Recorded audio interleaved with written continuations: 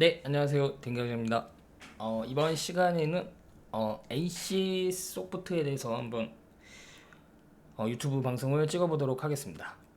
NC 소프트에 관해서 이미 블로그에 포스팅을 한번 했었죠. 네, 그래서 한번 이번에는 제가 말로 한번 설명을 해보도록 하겠습니다.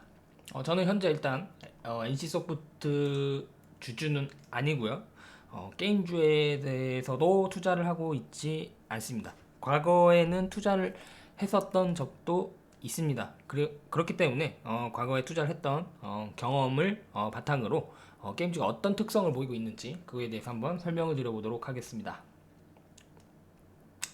일단 게임주 투자에 리스크가 있습니다. 과연 그것은 무엇일까요? 바로 신작 게임이 성공할지 안 할지는 그 회사 CEO, 게임 개발자도 모른다는 겁니다. 그게 가장 큰 리스크죠.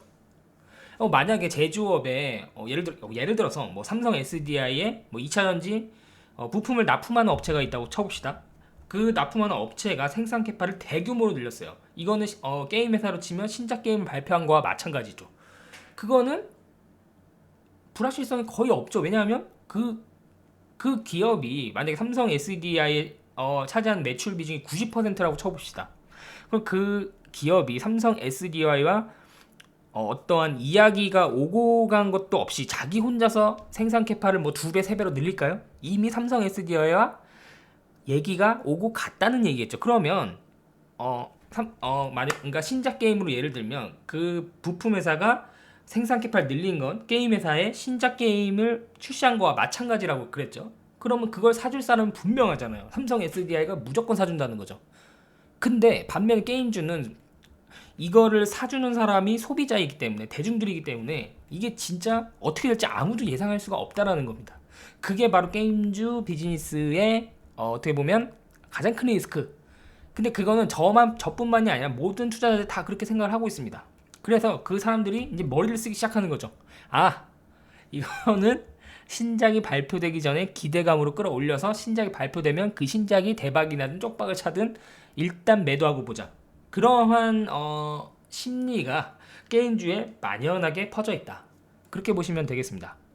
그래서 게임주는 크게 보면 리스크가 두 가지다. 첫째는 신작이 시장의 기대치에 미치지 못했을 때, 지금 NC소프트가 겪고 있는 문제는 1번의 문제, 그리고 2번 기존 게임의 매출이 시장의 예상치보다 더 빨리 떨어질 때, 기존에 이제 NC소프트의 게임들이 있잖아요. 이게 만약에 매출이 떨어진다. 그러면 1번과 2번의 문제를 동시에 갖고 있다고 볼 수 있겠죠.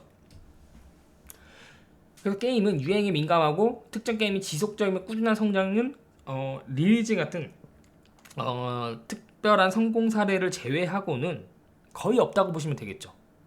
빨리 사라지고 또 빨리 만들어지는 그런 것들이 게임의 특성이라 볼 수 있겠습니다. 이 게임의 특성은 제가 가만히 생각해보니까 영화와 비슷해요. 이게 영화도 뭐 대작이든 뭐 돈이 많이 들였든 적게 들였든 이게 성공할지 안 할지는 사실 굉장히 예측하기가 어렵다. 그러니까 영화 관계자들도 이거는 진짜 성공할 거라 봤는데 실패하는 경우도 생기고요. 이거는 그냥 손익분기점만 넘었으면 좋겠다라고 생각하는 영화가 대박을 치는 경우도 있죠. 그래서 이 영화나 게임이나 비슷한 뭔가 비즈니스의 특성을 가지고 있다. 저는 그런 생각이 들더라고요. 그래서 게임주 투자의 기본은 아까 말씀드린 것처럼 신작 발표 소식이 들리기 전에 매수하고 출시가 되면 성공을 하든 안 하든 매도하는 것이 그 게임의 특성에 맞다.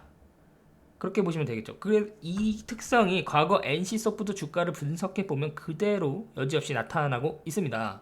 2001년부터 NC소프트의 주가와 그때 당시의 상황을 복기를 좀 해보자면, 일단 뭐 NC소프트 하면 리니지죠. 저는 개인적으로 NC소프트 게임을 한 번도 해본 적은 없습니다. 그래서 2002년 리니지 2 흥행 성공해서 주가가 여기죠. 예, 여기서 이제 오르기 시작하죠. 흥행에 성공을 하는 겁니다. 이제 기대감을 펌프질을 하는 거죠. 근데 그 이후에는 신작이 안 나오는 거예요. 그리고 이제 타볼라 라사라는 신작이 실패로 끝나면서 주가가 흥행의 이후로 하락하기 시작합니다. 그러나 2003년 10월에 드디어 광고를 했었던 리니지2가 본격적으로 출시를 시작을 합니다. 2003년 10월이면 여기죠. 그 전부터 주가 오른 거 보이시죠? 예. 주가가 선반영이 됐다라는 거죠. 그래서 여기가 2003년 10월이었죠. 예, 2003년 10월부터 이제 여기서 이어지는 거죠. 그리고 이제 실제로 흥행에 성공을 하면서 주가가 뭐 실적 발표 당일 이후에 하락한다고 하더라도 다시 반등에 성공하는 모습을 보이고 있습니다. 그러나 이 게임에 대한 그 신작에 대한 모멘텀은 뭐 1년을 넘기지가 않죠. 그 신작이 진짜 뭐 대박을 쳐서 계속 장기적으로 매출이 발생하지 않는 이상. 그래서 이제 주식시장은 이제 새로운 게임에 대한 그런 것을 이제 바라보고 있는 상황이죠. 근데 이제 새로운 게임에 대한 공백기가 있습니다. 신작과 그 다음 신작에 대한 공백기. 이 공백기에서는 이제 모멘텀이 소멸을 하면서 주가가 하락을 하는 모습을 보여줍니다. 그러다가 이제 타블라라사 이 신작이 기대감, 네, 이게 언제 출시됐죠? 2007년 11월 2일. 예, 이때 출시됐죠. 네, 출시되기 전에 주가 오릅니다. 그리고 출시된 이후에 주가 하락하고 여기서 흥행이 됐어야 주가가 리니지처럼 반등을 하는데 흥행에도 참패를 하면 주가가 한 번 더 떨어지죠. 그렇게 떨어지면서 이게 기업의 가치 대비해서도 주가가 너무 많이 떨어지는 겁니다. 그래서 이제 여기 마지막까지 계속 떨어지다가 반등을 하는 모습을 보여주고 있습니다. 근데 이때는 지금 보니까 금융위기 때문에 하락했네요. 예. 흥행 참패에 뭐 모멘텀도 없고 뭐 하다 보니까 금융위기 때문에 팍 떨어지니까 이게 아무리 떨어진다 해도 기업 가치 대비 더 떨어지니까 이제 반등을 해주는 모습을 보여주고 있습니다. 흥행 참패. 그래서 이게 주가가 이게 지금 여기서 보면 뭐 이게 얼마 안 되는 것처럼 보이지만 이게 89,000원에서 22,000원까지 떨어집니다. 그러니까 이게 뭐 제가 나중에도 설명드리겠지만 특정 기업에 몰빵을 해서는 이 89,000원, 22,000원이 될 때까지 버티지를 못한다는 겁니다. 아무튼 그 다음 신작이 아이온. 그러니까 이전 신작이 흥행에 참패하면 그 다음 신작에 대한 기대감이 별로 없습니다. 기대감이 없다라는 건 조금만 뭔가 흥행을 하는 것들을 보여준다면 팍팍 올라갈 수 있겠죠. 주가라는 건. 왜냐하면 기대감이 없는 상황이고 주가도 이미 그 이전 신작 때문에 이전 신작의 실패 때문에 하락을 해 있는 상황이기 때문에 조금만의 뭔가의 모멘텀과 신작에 대한 매출이 보인다고 이제 생각을 하면 주가가 오르는데 큰 부담이 없는 상황이 되겠죠. 그래서 아이온이 2008년 11월 금융위기 이후에 출시가 됐네요. 11월 25일날 출시가 되면서 주가는 약 6개월 만에 22,000원이 20만원이 됐네요. 예. 대단합니다. 예. 그러니까 이런 것들이 게임이 변동성이 굉장히 심하기 때문에 비중을 많이 실어서 장기 투자하기도 사실 어렵고 게임의 성공을 예측하기도 어렵고 그런 비즈니스 특성을 가지고 있다고 보시면 되겠죠. 그래서 아이온 다음에는 이제 아이온 대박을 쳤어요. 그 다음에 이제 다음 신작에 대한 기대감이 추가적으로 블레이드 앤 소울로 반영이 되면서 블레이드 앤 소울이 언제 출시가 됐죠? 2012년 6월 30일 2012년 6월 이때죠. 이때 네 출시되고 바로 하락하죠. 그러니까 이게 이런 사이클을 타는 겁니다. 게임주는 출시되기 전에 기대감으로 올랐다가 출시된 이후 주가 하락해서 만약에 근데 그 신작 게임이 잘 된다 그럼 다시 반등, 만약에 안 된다 그럼 그대로 떨어지는 겁니다.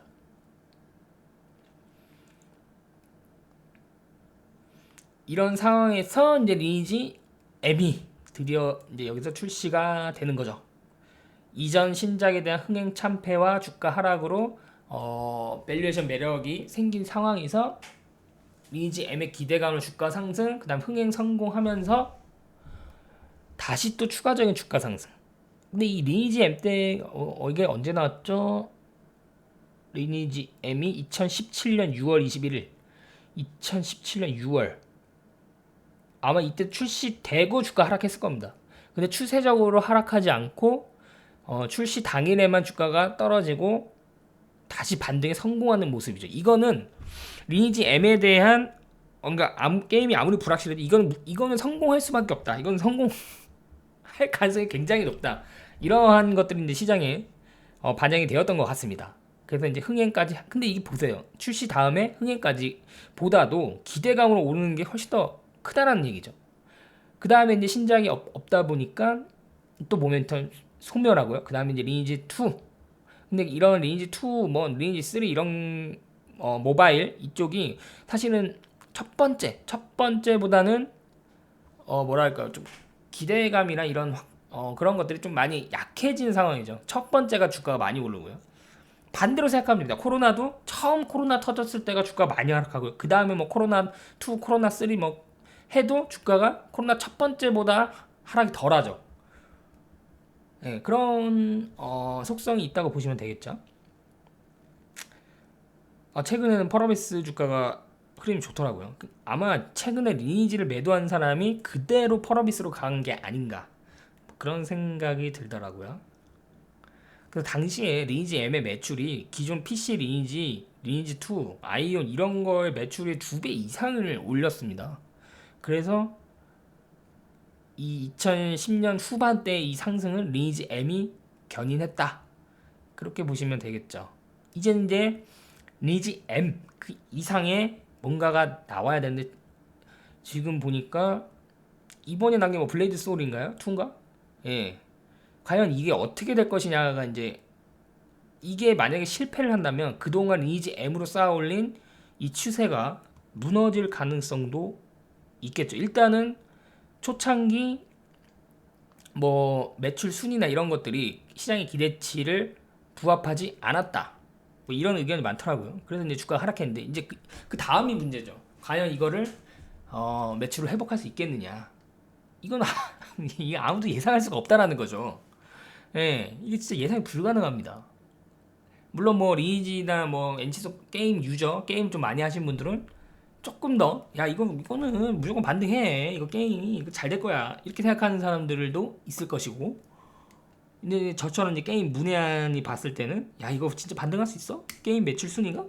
이거 정말 성공할 수 있는 게임이야? 이제 그런 이제 의견을 줄 수밖에 없는 것이죠. 아무튼 이런 흐름을 보이면서 기대감으로 올랐고, 흥행 그 다음에 소멸, 기대감으로 오르고 흥행을 하면 기대감으로 올렸다가 그 신작 발표 당일 뭐 한두 달 이렇게 하락했다가 흥행이 성공하면 다시 반등에 성공합니다.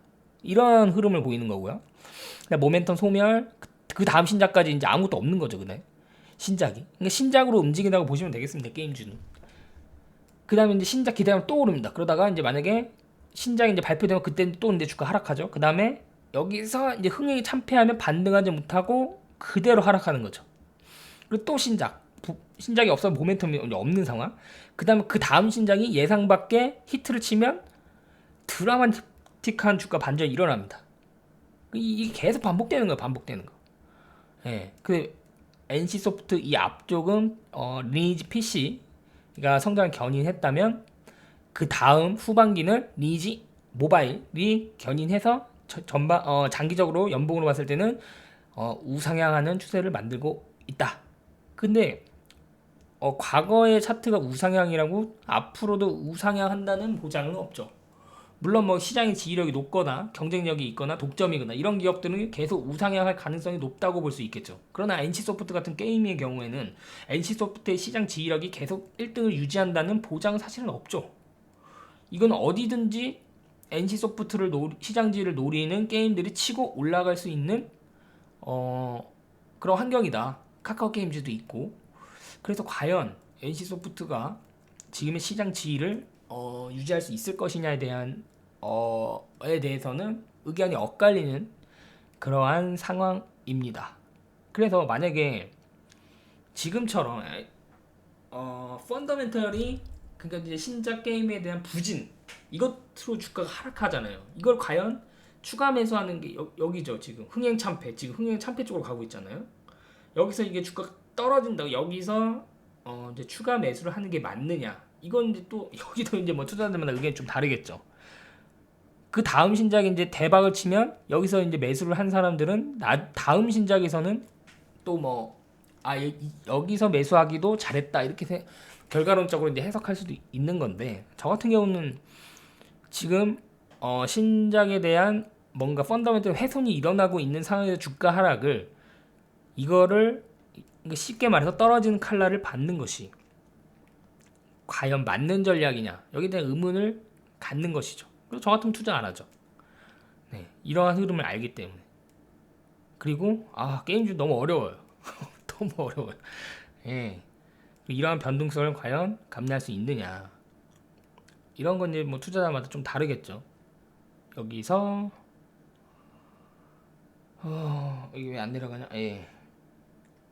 지금 목표 주가가 증권사에서도 계속 하향이 되고 있기 때문에 밸류에이션의 손상이 일어나고 있다고 보셔야겠죠.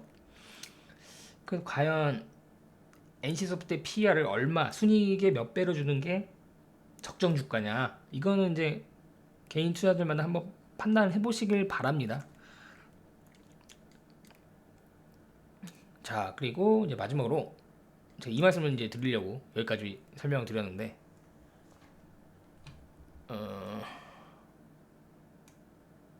NC소프트에 몰빵이 되어 있으면 이거 어떻게 되는 것입니까? 그쵸? 그 사람이 NC소프트에 투자했을 때는 당연히 뭔가 잘 될 거라고 생각을 해서 투자를 했겠죠. 근데 안 되면 어떻게 되는 것입니까?